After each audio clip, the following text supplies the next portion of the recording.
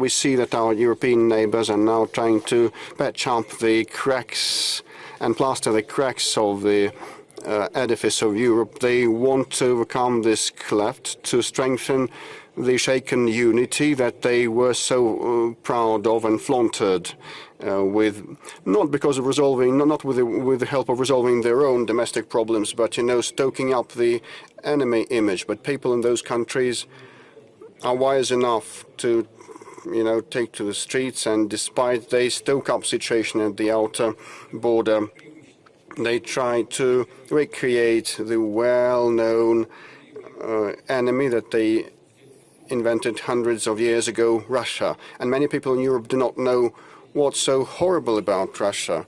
Why should they tighten their belts countering Russia, forgetting about their own interests, sacrificing them, and acting in their own detriment? But the ruling elites of the United Europe try to stoke up hysteria. They say that the war with the Russians is in the offing, and they keep repeating that gibberish over and over again. I look and hear what has been said. I'm bewildered. Can they be serious? Can they believe in what they're saying, that Russia is trying to attack them? This is impossible to believe, and they try to convince their own people of that, and they may be non-competent, either non-competent if they believe in that, because it's impossible to believe in this nonsense, or they may be decent enough, because they do not believe in that themselves, but try to convince their own people. Just calm down and sleep quiet, and try to get to grips with your problems. Look at what has been happening at the European streets, what has been happening with the European economy and industry, huge crisis in their culture and identity, huge debt burden, and growing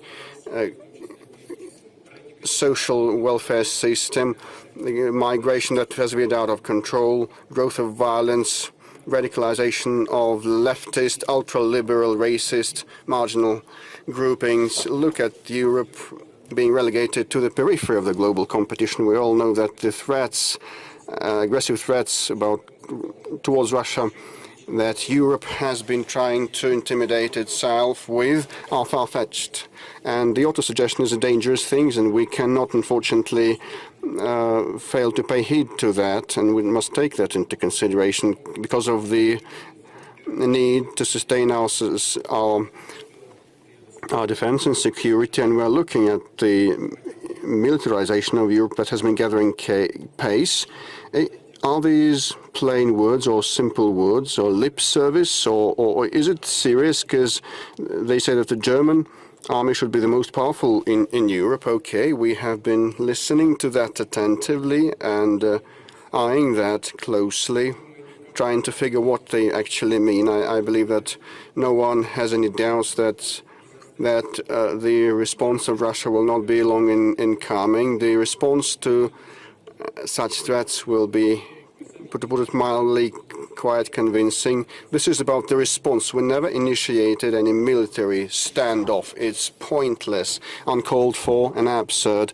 It would drive us away from resolving real problems and challenges, and the societies sooner or later will bring their leaderships to account for ruining and ignoring their needs and aspirations and hopes.